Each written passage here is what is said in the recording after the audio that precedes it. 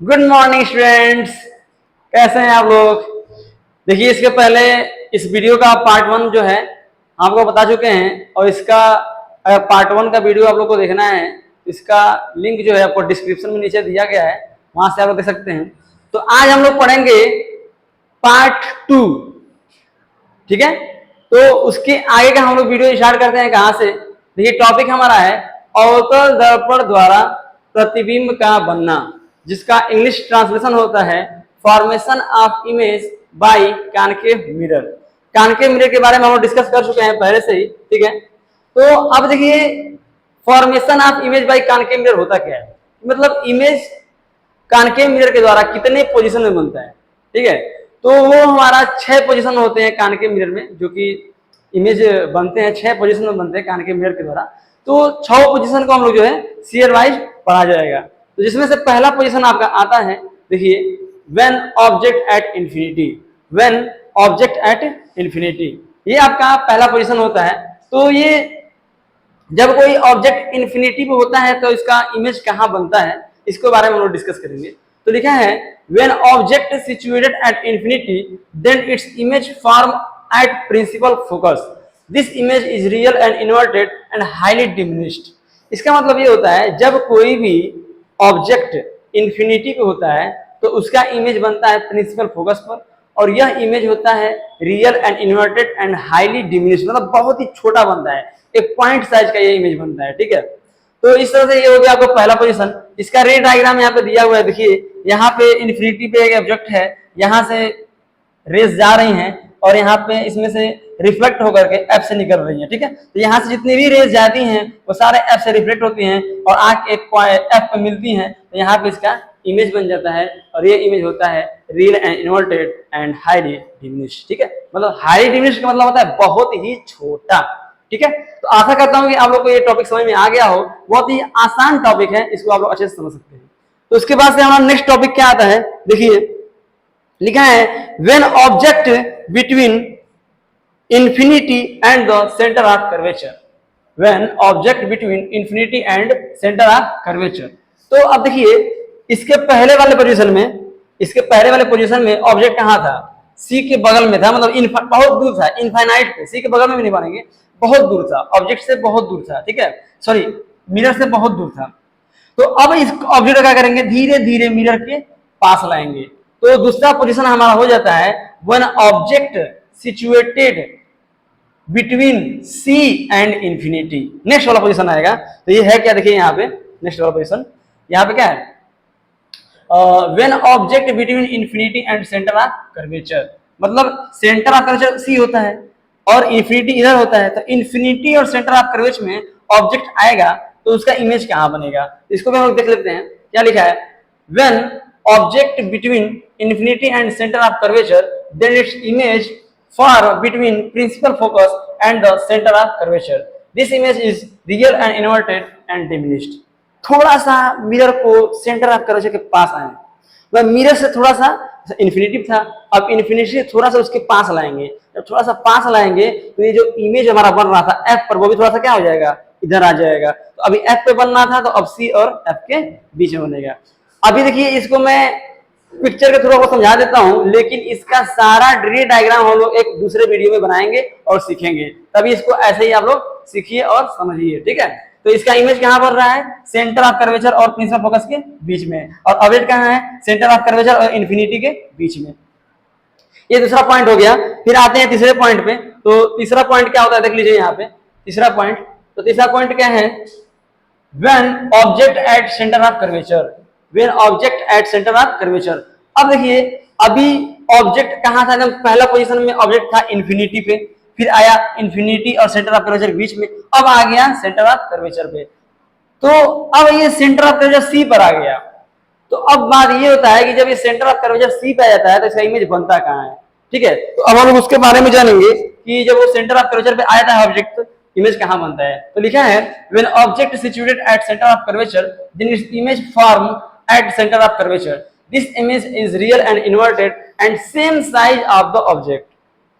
Same size of the object, इसका मतलब क्या होता है, मतलब जितना बड़ा हमारा ऑब्जेक्ट था उतना ही बड़ा क्या होगा, उसका इमेज बनेगा। ठीक है, तो यहाँ पे देख लीजिए जो ऑब्जेक्ट है ए बी ऑब्जेक्ट है, सेंटर प्रेशर सी पर है ये, यहाँ से पैरेलल टू प्रिंसिपल एक्सिस से गई और एफ से निकली, फिर एक एफ से गया तो वो जो है इसमें से रिफ्लेक्ट होने के बाद पैरेलल हो गई। ये दोनों आकर के कहाँ मिलते हैं, यहाँ पे देखिए ए सी पर ही मिलते हैं। तो जितना बड़ा ऑब्जेक्ट है उतना ही बड़ा इसका इमेज बन रहा है, इसीलिए हम लोग बोलते हैं the same size of the object, the image form at the same size of the object. मतलब जितना बड़ा साइज ऑब्जेक्ट का रहेगा उतना ही बड़ा साइज का क्या बनेगा, हमारा इमेज बनेगा। ओके, तो नेक्स्ट टॉपिक हम लोग बढ़ते हैं इसी के साथ साथ आगे, चौथा पोजीशन। ठीक है, तो चौथा पोजीशन कहाँ होगा आपको पता होगा। हम लोग धीरे धीरे क्या कर रहे हैं, ऑब्जेक्ट को पास ला रहे हैं, तो सी पर आ गया। अब जाहिर सी बात है यहाँ पे आएगा, कहाँ पे आएगा, यहाँ पे सी और एफ के बीच में। तो नेक्स्ट पोजीशन हमारा हो जाता है क्या, when object between center of curvature and the principal focus, when object between center of curvature and principal focus। अब देखिए ये रहा सी, दिख रहा है, ये है एफ, तो सी और एफ के बीच में क्या आ गया, ऑब्जेक्ट आ गया। ठीक है, तो अब यहाँ पे ऑब्जेक्ट आ गया। अब यहां से रेज निकलेंगी, कहां से निकलेंगी, यहां से ऑब्जेक्ट से। तो ये गया आपका parallel to principal axis, convert after reflection this go from principal focus, उसके बाद से प्रिंसिपल फोकस से जा रहा है, फिर कहां से हो जा रहा है, पैरेलल हो जा रहा है। ये दोनों रेज आके आपस में कहां काट रही हैं, सी के बगल में, और इधर होता है इन्फिनिटी। तो इमेज कहां बनेगा, सेंटर ऑफ कर्वेचर और इन्फिनिटी के बीच में। तो यहाँ पे देखिए लिखा है when object between center of curvature and the principal focus, then its image formed between infinity and center of curvature. This image is real and inverted and larger than the object.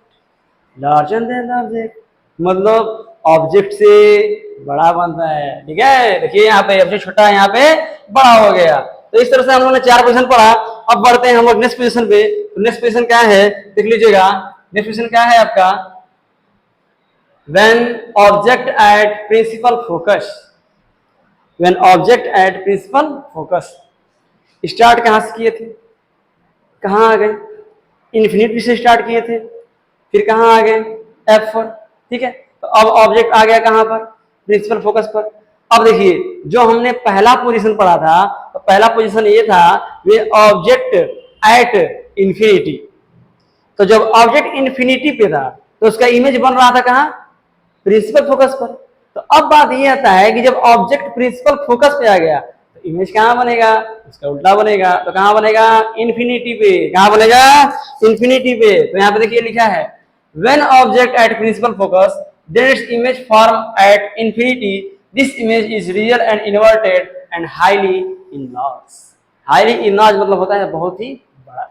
देखिए यहाँ इसका सबका Hindi translation यहाँ पे लिखा हुआ है, तो हिंदी मीडियम वाले बच्चे यहाँ से लिख सकते हैं। ठीक है, उन लोगों के लिए बहुत ही लाभ हो जाएगा, फायदा हो जाएगा, लिख सकते हैं यहाँ पे। ठीक है, मैं केवल इंग्लिश में समझा रहा हूँ, आप लोग इसका हिंदी यहाँ से देख करके नोट कर सकते हैं और समझ सकते हैं। ठीक है, तो उसके बाद से नेक्स्ट टॉपिक आता है, नेक्स्ट टॉपिक आता है when object between principal focus and pole. This is the very important situation, what I am say, this is the very important situation because he is always asking in the board examination, so you have to learn very well।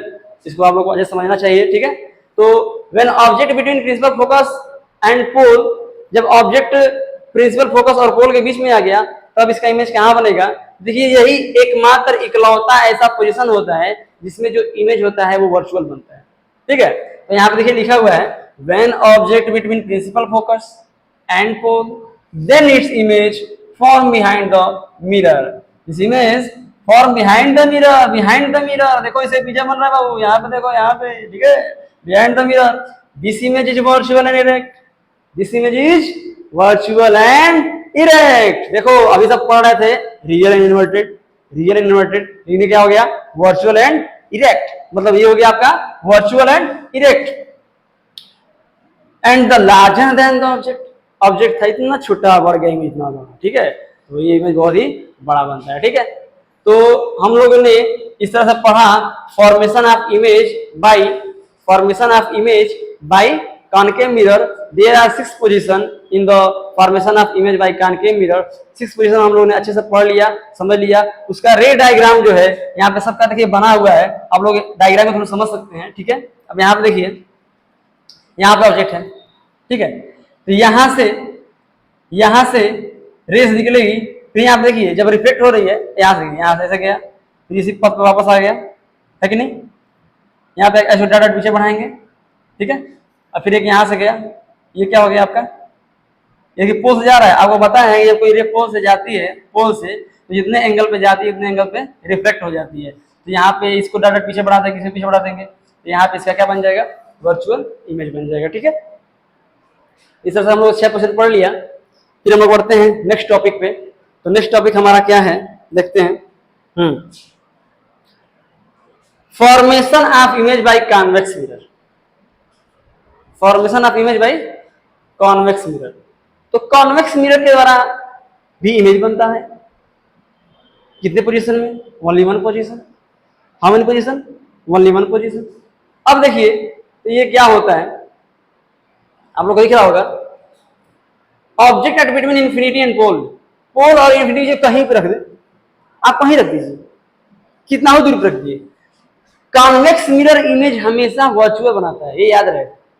Convex mirror image हमेशा virtual बनाता है, और जो concave mirror image बनाता है वो real और virtual दोनों बनाता है, ठीक है। तो ये कॉन्वेक्स मिरर इमेज कैसे बनाएगा, वर्चुअल बनाएगा। साइज कैसा होगा, स्मॉलर देन द ऑब्जेक्ट, मतलब ऑब्जेक्ट से क्या होगा, छोटा होगा, ऑब्जेक्ट से छोटा होगा, ठीक है। और नेचर क्या हो जाएगा, वर्चुअल एंड इरेक्ट। तो यहाँ पे देखिए parallel to the principal axis ray जा रही है, रिफ्लेक्ट होकर इधर चली गई, डॉट डॉट पीछे हो गया, फिर ये जो है सेंटर ऑफ प्रेशर पे जा रही है। ये जब कोई भी रे सेंटर ऑफ प्रेशर से जाता है, जिस पथ पे जाता है उसी पथ पे लौट आता है, ये वापस चला गया, देखिए।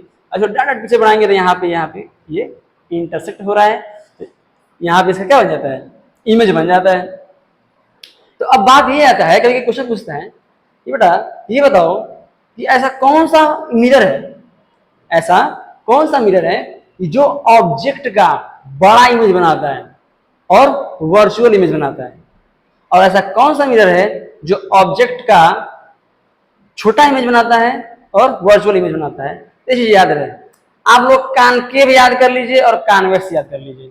तो कॉनकेव में जो स्पेलिंग है वो ज्यादा है और जो कॉन्वेक्स में स्पेलिंग है वो कम है। तो एक ट्रिक के थ्रू आप लोग याद कर सकते हैं, कॉनकेव में स्पेलिंग ज्यादा है तो ये इमेज हमेशा क्या बनेगा, बड़ा बनाएगा, और जो कॉन्वेक्स में स्पेलिंग है वो कम है तो ये इमेज हमेशा छोटा बनाएगा। तो इस तरह से आप लोग को कोई डाउट नहीं होगा कि कौन सा इमेज, कौन सा मिरर इमेज जो है बड़ा बनाएगा और कौन छोटा बनाएगा, ठीक है।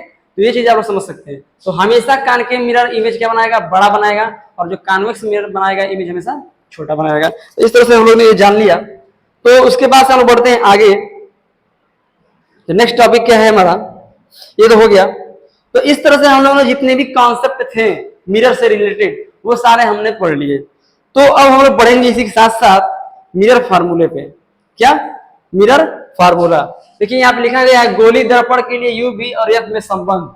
गोली दर्पण के लिए यू वी एफ में संबंध। यू क्या होता है, वी क्या होता है और एफ क्या होता है, सब मैं यहाँ पे बताऊंगा। ये है क्या, इसका इंग्लिश भी बताऊंगा और हिंदी भी बताऊंगा। तो पहले ये जानिए कि रिलेशन होता क्या है। तो होता है 1/f equal to 1/u plus 1/v। This is the mirror formula. ये मिरर फार्मूला है और इस पे बहुत सारे न्यूमेरिकल हम लोग जो है सॉल्व करेंगे इस वीडियो में, ठीक है। तो अब u है क्या, तो u यहाँ पे देखिए लिखा हुआ है simple u equal to object distance. u equal to object distance मतलब यहाँ पे मिरर है, ये मिरर है, मिरर से कितनी डिस्टेंस पे कोई ऑब्जेक्ट है उसको हम लोग बोलते हैं u, ठीक है। हमारा ये एक मिरर है, ठीक है। मिरर से यहाँ पे डिस्टेंस पे एक कोई कैंडल रखा हुआ है, ठीक है। तो मिरर से कैंडल के बीच जो डिस्टेंस होगा उसको हम बोलेंगे u बोलेंगे। क्या बोलेंगे, u बोलेंगे, ठीक है। ये हो गया ऑब्जेक्ट डिस्टेंस। अब बचता है आपका इमेज डिस्टेंस। तो v equal to image distance. v क्या है, v है आपका इमेज डिस्टेंस है, मतलब मिरर से कितने डिस्टेंस से कोई इमेज बन रहा है उसे क्या बोलेंगे, इमेज डिस्टेंस बोलेंगे। f equal to focal length, और f क्या होता है, फोकल लेंथ होता है। हर मिरर का एक फोकल लेंथ होता है, ठीक है। तो यहाँ फिगर में आप लोग समझ सकते हैं, देखिए यहाँ पे फिगर दिया हुआ है, यहाँ पे यहाँ पर देखिए, ये एक मिरर है, कान के मिरर, यहाँ पे पॉलिश किया गया है। देखिए ये ऑब्जेक्ट है, ऑब्जेक्ट, ये भी ऑब्जेक्ट है। तो ऑब्जेक्ट यहाँ पे ये मिरर है, तो मिरर से ऑब्जेक्ट कुछ का डिस्टेंस होगा यू, यहाँ देखिए यू लिखा है, यू लिखा है, ठीक है। और एफ और पोल के बीच डिस्टेंस को बोलते हैं फोकल लेंथ बोलते हैं, यहाँ पे एफ दिया हुआ है। बचता है आपका इमेज डिस्टेंस, तो आपकी इमेज यहाँ बन रहा है, तो लेंस मिरर से इमेज के बीच डिस्टेंस होता है इमेज डिस्टेंस, इसको बी से रिप्रेजेंट करते हैं। तो आशा करते हैं कि आपको ये जो है मिरर फार्मूला याद हो गया होगा। होता है क्या, 1/f equal to 1/u plus 1/v। इसे बहुत सारे न्यूमेरिकल हम लोग लगाएंगे, ठीक है, वीडियो में। तो इसी तरह हम लोग आगे बढ़ते हैं। तो नेक्स्ट टॉपिक हमारा क्या आता है, देख लीजिए, ठीक है। हाँ,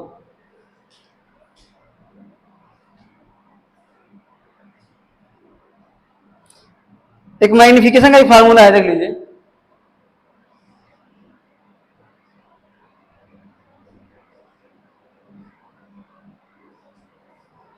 मिरर फार्मूला जानते ही हैं आप लोग, 1/v plus 1/u equal to 1/f, ये मिरर फार्मूला होता है। लेकिन एक मैग्निफिकेशन भी होता है। अब मैग्निफिकेशन होता क्या है, डिफिनेशन क्या होता है मैग्निफिकेशन का, ये जान लीजिए।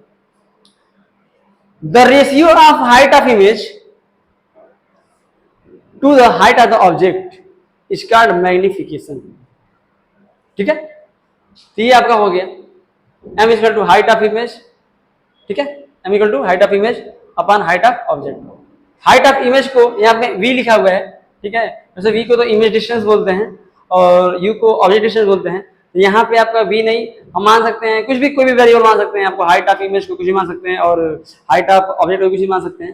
तो किसी किसी बुक में आई माना जाता है, जैसे इमेज में पहला लेटर आई होता है ना, इमेज, इमेज आई से स्टार्ट है, तो पहला लेटर आई है तो आई मान लेते हैं, हाइट ऑफ इमेज आई मान लेते हैं, ठीक है। और उसके बाद से object distance, object distance, object में पहला लेटर ओ होता है तो हाइट ऑफ ऑब्जेक्ट को ओ मान सकते हैं।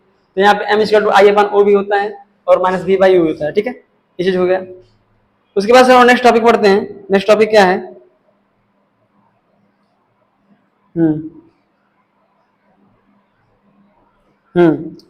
नेक्स्ट टॉपिक है यूज ऑफ कॉनकेव मिरर।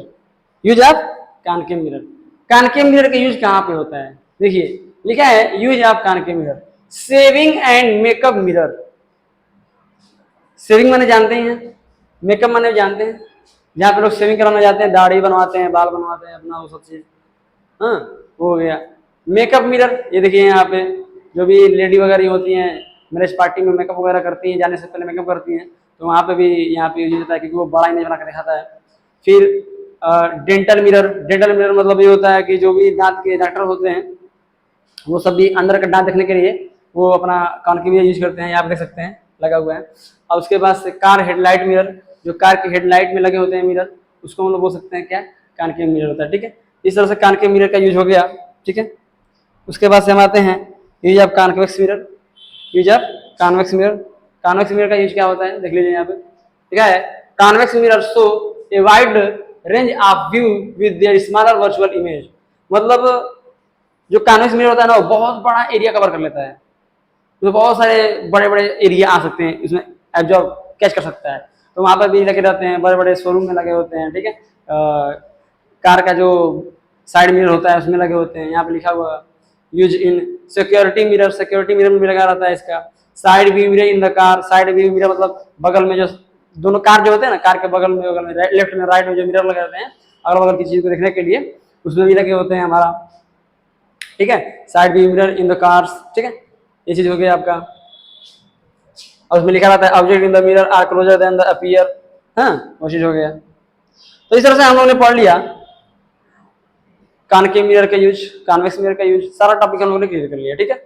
तो अब हम लोग क्या पढ़ेंगे, इसके बाद से हमारा जो टॉपिक आता है वो आता है, देखिए रिफ्लेक्शन ऑफ लाइट।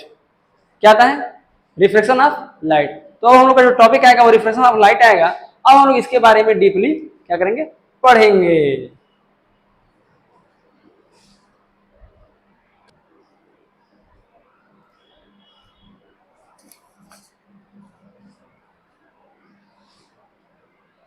तो रिफ्लेक्शन ऑफ लाइट का डेफिनेशन होता क्या है, when a ray of light travels from one medium to another medium, then it deviates on its path. This phenomena is called the refraction of light. मतलब जब कोई भी रे ऑफ लाइट वन मीडियम से दूसरे मीडियम में जाती है, जैसे मान लीजिए एक एयर हो गया, एक ग्लास हो गया, एक एयर हो गया, एक वाटर हो गया, मतलब जब कोई रे ऑफ लाइट जो है वन मीडियम से दूसरे मीडियम में ट्रेवल्स करता है, तो उसका जो पथ होता है ना, पथ वो क्या होता है, चेंज हो जाता है। जहां ये ऐसे ऐसे हो जाएगा, जहां ये ऐसे ऐसे हो गया, मतलब मीडियम चेंज होते ही जो उसका स्पीड ऑफ लाइट था, लाइट ऑफ स्पीड था, वो क्या हो गया, आपका चेंज हो गया, मतलब वो बेंड हो जाता है या फिर सीधा निकल जाता है, ये सारी चीजें होती हैं। वही लिखा है when a ray of light travels from one medium to another medium then it deviates on its path. मतलब जब रे ऑफ लाइट वन मीडियम से दूसरे मीडियम में जाएगा, तो वो जो क्या होगा, जो रास्ता था वो चलने का, सीधा जाना था, वो सीधा न जाके क्या होगा, इधर चल जाएगा, उधर चल जाएगा, उधर ऊपर नीचे ऐसे जा सकता है। ठीक है, तो वही चीज होता है क्या, हमारा रिफ्लेक्शन ऑफ लाइट होता है। जैसे मान लीजिए यहाँ पे ही ये ग्लास है, ये ग्लास में पानी रखा हुआ है, कोई भी माने पानी मान सकते हैं, केरोसिन ऑयल मान सकते हैं, ठीक है, मरकरी मान सकते हैं, लिक्विड कोई चीज है। तो अब इसमें लिक्विड भरा हुआ है, अब इसमें पेंसिल डाल रहे हैं, देख रहे हैं, तो ये पेंसिल बगल से देखने को लग रहा है कि कट गया, वैसे तो देखना चाहिए सीधा, लेकिन क्या हो रहा है, कटा हुआ दिख रहा है। इससे मालूम ये पड़ रहा है कि जो डायरेक्शन था, जो स्पीड ऑफ लाइट का जो डायरेक्शन था, वो क्या हुआ, चेंज हो गया, इधर से क्या हो गया, इधर हो गया, इसको हम सीधा होना चाहिए लेकिन कट गया। तो इसी फिनोमेना को बोलते हैं हम लोग रिफ्लेक्शन ऑफ लाइट। मतलब जो है डेविएट्स ऑन इट्स पाथ, मतलब जो स्पीड ऑफ लाइट है, जो रे ऑफ लाइट है, उसका अपने रास्ते से भटक जाना है, बोल सकते हैं रास्ते से भटक जाना, ये होता है हमारा रिफ्लेक्शन ऑफ लाइट। प्रकाश का अपवर्तन बोलते हैं इसको हिंदी में, इसका हिंदी यहाँ पे लिखा हुआ है। ठीक है, तो अब हम लोग पढ़ेंगे नेक्स्ट टॉपिक। यहाँ पे एक फिगर दिया हुआ देख लीजिएगा, यहाँ पे दो पेंसिल रखे हुए हैं ग्लास में, ठीक है, दोनों कटे हुए दिख रहे हैं, ये किसके वजह से हो रहा है, ये रिफ्लेक्शन ऑफ लाइट की वजह से हो रहा है।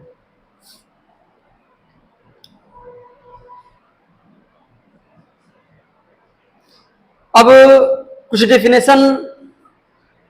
डेफिनेशन इंपॉर्टेंट होते हैं रिफ्लेक्शन ऑफ लाइट से रिलेटेड, उसको हम जान लेते हैं कि वो क्या होते हैं। तो यहाँ पे लिखा है, देखिएगा, रिफ्लेक्शन ऑफ लाइट, ठीक है, यहाँ पे बाउंड्री है, बाउंड्री मतलब ये होता है ये दोनों को अलग अलग करने वाला, एक सब्सटेंस ऊपर है, एक सब्सटेंस नीचे है, सब्सटेंस 1 हो गया, ये सब्सटेंस 2 हो गया, तो इनको अलग अलग करने वाले एक बाउंड्री लग गई। मान सकते हैं ऊपर जो है एयर है और नीचे जो है वाटर है, ऊपर क्या है, एयर है और नीचे वाटर है, ये मान सकते हैं। तो अब होता क्या है, देखिए यहाँ पे रे ऑफ लाइट यहाँ पे फॉल्स हुआ बाउंड्री पर, इसको जहां ये सीधा, लेकिन ये क्या हो गया, डेविएट्स हो गया। ठीक है, तो विच रे फॉल्स ऑन द मीडियम, जो मीडियम पे जो ये फॉल्स होता है उसको हम लोग बोलते हैं इंसिडेंट रे, क्या बोलते हैं, इंसिडेंट रे। एंड विच रे इज रिफ्रैक्टेड, विच रे इज रिफ्लेक्टेड, मतलब जो रे क्या हो जाती है, रिफ्रैक्ट हो जाती है, उसको बोलते हैं क्या, रिफ्लेक्टेड रे। मतलब एक रे गई जो जहां से सीधा, लेकिन वो क्या हो गया, अपने रास्ते से भटक गई, अपने रास्ते से भटक गई, तो उसी को हम लोग बोलेंगे क्या, रिफ्रैक्टेड रे। अब देखिए यहां पे एक परपेंडिकुलर लाइन है, इस परपेंडिकुलर लाइन को हम लोग बोलते हैं नॉर्मल, क्या बोलते हैं, नॉर्मल। और इंसिडेंट रे और नॉर्मल के बीच में जो एंगल बनता है उसको बोलते हैं एंगल ऑफ इंसिडेंस, और जो रिफ्रैक्टेड रे और नॉर्मल के बीच में जो एंगल बनता है उसको बोलते हैं हम लोग एंगल ऑफ रिफ्लेक्शन। ठीक है, ये चीज हो जाता है, सबका हिंदी यहाँ पे लिखा हुआ है, आप हिंदी समझ सकते हैं। ठीक है, फिर नेक्स्ट टॉपिक आता है कि ला रिफ्रैक्शन ऑफ लाइट, इसकी लॉ, रिफ्रैक्शन ऑफ लाइट के कितने लॉ होते हैं। तो हम लोग ने इसके पहले पढ़ा था कि जो रिफ्लेक्शन होता है, reflection, law of reflection, law of reflection, उसमें 2 नियम पढ़े थे। तो सेम इसमें भी हम लोग क्या पढ़ेंगे, 2 नियम पढ़ेंगे। तो वो दोनों नियम क्या होते हैं देखते हैं। ठीक है, दोनों नियम क्या होते हैं, थोड़ा ब्लर दिख रहा होगा, थोड़ा पिक्चर का क्वालिटी लो है, तो थोड़ा आप लोग को प्रॉब्लम से आना पड़ेगा, समझिएगा। तो फर्स्ट लॉ क्या है, देखिए, इंसिडेंट रे, रिफ्रैक्टेड रे and normal lie in the same way, मतलब सेम टू सेम, मिलता जुलता रिफ्लेक्शन ऑफ लाइट का जो पहला नियम था एकदम उससे मिलता जुलता ये नियम है, ठीक है। नेक्स्ट नियम क्या है? The ratio of sine of angle of incidence to the ratio of sine of angle of reflection is a constant. मतलब जो एंगल ऑफ इंसिडेंस का साइन होता है और जो एंगल ऑफ रिफ्लेक्शन का साइन होता है, उस दोनों का जो रेशियो होता है वो क्या होता है? वो कांस्टेंट होता है, ठीक है। इसे बोल सकते हैं sine I upon sine R equal to N, sine I upon sine R equal to N, N को बोलते हैं हम लोग कांस्टेंट, ठीक है। ये हो जाता है हमारा लॉ ऑफ रिफ्लेक्शन का सेकंड नियम, ठीक है। यहाँ पे हिंदी लिखा हुआ है, उसका हिंदी भी जान सकते हैं, ठीक है।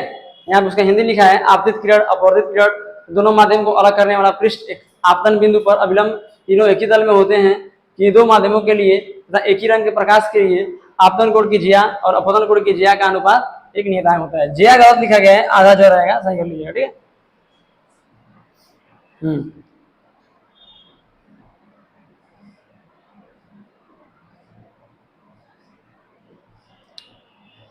हाँ, तो अब आएगा हमारा नेक्स्ट टॉपिक रिफ्रैक्टिव इंडेक्स क्या होता है। रिफ्रैक्टिव इंडेक्स क्या होता है? रिफ्रैक्टिव इंडेक्स जान लीजिए, यहाँ पे लिखा हुआ है this is the measure of how much light show down when it goes through a particular medium, ठीक है। This is the measure of how much light show down when it goes through a particular medium. ये इसका definition होता है refractive index का, ठीक है। n equal to C upon V इसका फार्मूला होता है, n equal to C upon V. C होता है speed of light in vacuum और वी होता है speed of light in the medium, ये चीज होता है। फिर नेक्स्ट हमारा आता है क्वेश्चन, नेक्स्ट क्वेश्चन कि ऑप्टिकली डेंसर और रेयर मीडियम क्या है, ठीक है। डेंसर मीडियम और रेयर मीडियम क्या है? बहुत सिंपल डेफिनेशन होता है in which medium the speed of light is maximum is called rarer medium and in which medium the speed of light is minimum is called denser medium। मतलब जिसमें speed of light ज्यादा होता है उसको rare medium बोलते हैं और जिसमें स्पीड ऑफ लाइट कम होता है उसे जिसमें स्पीड ऑफ लाइट ज्यादा होता है उसे रेयर मीडियम कहते हैं और जिसमें स्पीड ऑफ लाइट कम होता है उसे डेंसर मीडियम कहते हैं, ठीक है। अब इसे कंपेरिजन में मान सकते हैं सबसे ज्यादा रेयर कौन होता है? तो सबसे ज्यादा रेयर मीडियम होता है एयर, क्योंकि इसमें सबसे तेज होता है स्पीड ऑफ लाइट। मान सकते हैं 3 लाख किलोमीटर पर सेकेंड या फिर कह सकते हैं 30 किलोमीटर पर सेकेंड, इतना ज्यादा होता है। तो सबसे तेज जो है स्पीड ऑफ लाइट किसमें होता है? वो एयर में होता है, ठीक है। चीज हो गया।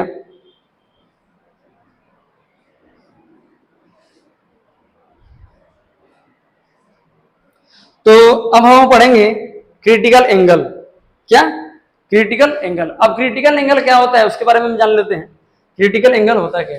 तो क्रिटिकल एंगल बहुत ही सिंपल चीज है। देखिए क्या होता है, देखिए है this is angle of incident that provide an angle of reflection of 90 degree, ठीक है।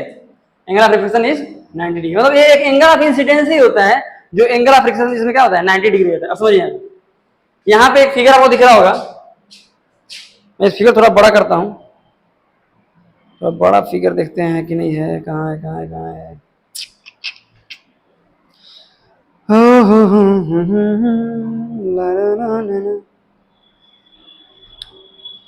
मुझे को इतना बताए कोई,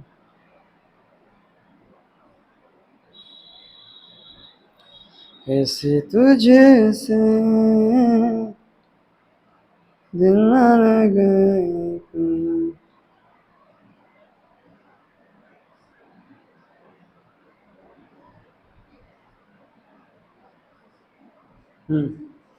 समझते हैं? जैसे कि देखिएगा 3 फिगर है। कितने फिगर है? 3 फिगर।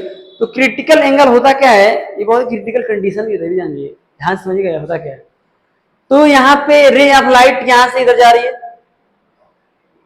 रिफ्लेक्शन हुआ, इधर चला गया। तो अब हम क्या कर रहे हैं, अगर एंगल ऑफ इंसिडेंट बढ़ाते जा रहे हैं, क्या कर रहे हैं? एंगल ऑफ इंसिडेंट को क्या कर रहे हैं? बढ़ाते जाएं, तो एंगल ऑफ रिफ्लेक्शन में क्या होगा? बढ़ने लगेगा। जब हम एंगल ऑफ इंसिडेंट को बढ़ाएंगे, इधर करेंगे, तो ये भी बढ़ेगा, ठीक है। बढ़ाते जाए तो एक ऐसा पोजीशन आएगा कि मान लीजिए यहाँ पे पहले था, इस फिगर में पहले था 30 डिग्री, इधर था 30 डिग्री। बढ़ाते करते क्या कर दिए, जब ये 30 डिग्री होगा तो एक सिचुएशन ऐसा आएगा कि जो एंगल ऑफ रिफ्लेक्शन होगा वो हमारा क्या हो जाएगा, 90 डिग्री हो गया। क्या हो गया, 90 डिग्री हो गया। तो उस सिचुएशन में जब एंगल ऑफ रिफ्रैक्शन 90 डिग्री हो जाता है तो उस सिचुएशन में जो एंगल ऑफ इंसिडेंट होता है उसी को बोलते हैं हम लोग क्रिटिकल एंगल। यहाँ पे देखिए, यहाँ पे 90 डिग्री हो गया, 90 डिग्री सिंबल जानते हैं ऐसे होता है, यहाँ पे बनाया 90 डिग्री। तो जब ये 90 डिग्री का हो जाता है तो उस सिचुएशन में जो यहाँ पे एंगल बनता है उसको बोलते हैं हम लोग क्रिटिकल एंगल। तो यहाँ पे साफ साफ इसका डेफिनेशन भी लिखा हुआ है, देख लीजिए क्या होता है डेफिनेशन इसका।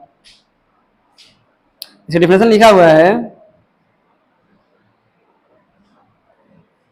डिफरेंस लिखा हुआ देखिए, this is the angle of incidence that provide an angle of reflection of 90 degree.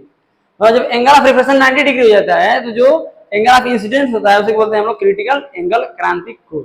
और क्रिटिकल एंगल को किस लेटर से रिप्रेजेंट करते हैं, उसको स्मॉल सी से रिप्रेजेंट करते हैं। ठीक है, ये सारी चीजें हो गई, हम लोग ने पढ़ा क्रिटिकल एंगल के बारे में। और भी बहुत सारे टॉपिक हैं, ठीक है, उसको हम लोग पढ़ेंगे बाद में। तब तक के लिए आप लोग यही पढ़िए। तो मिलते हैं आपके नेक्स्ट वीडियो में, तब तक के लिए जय हिंद जय भारत।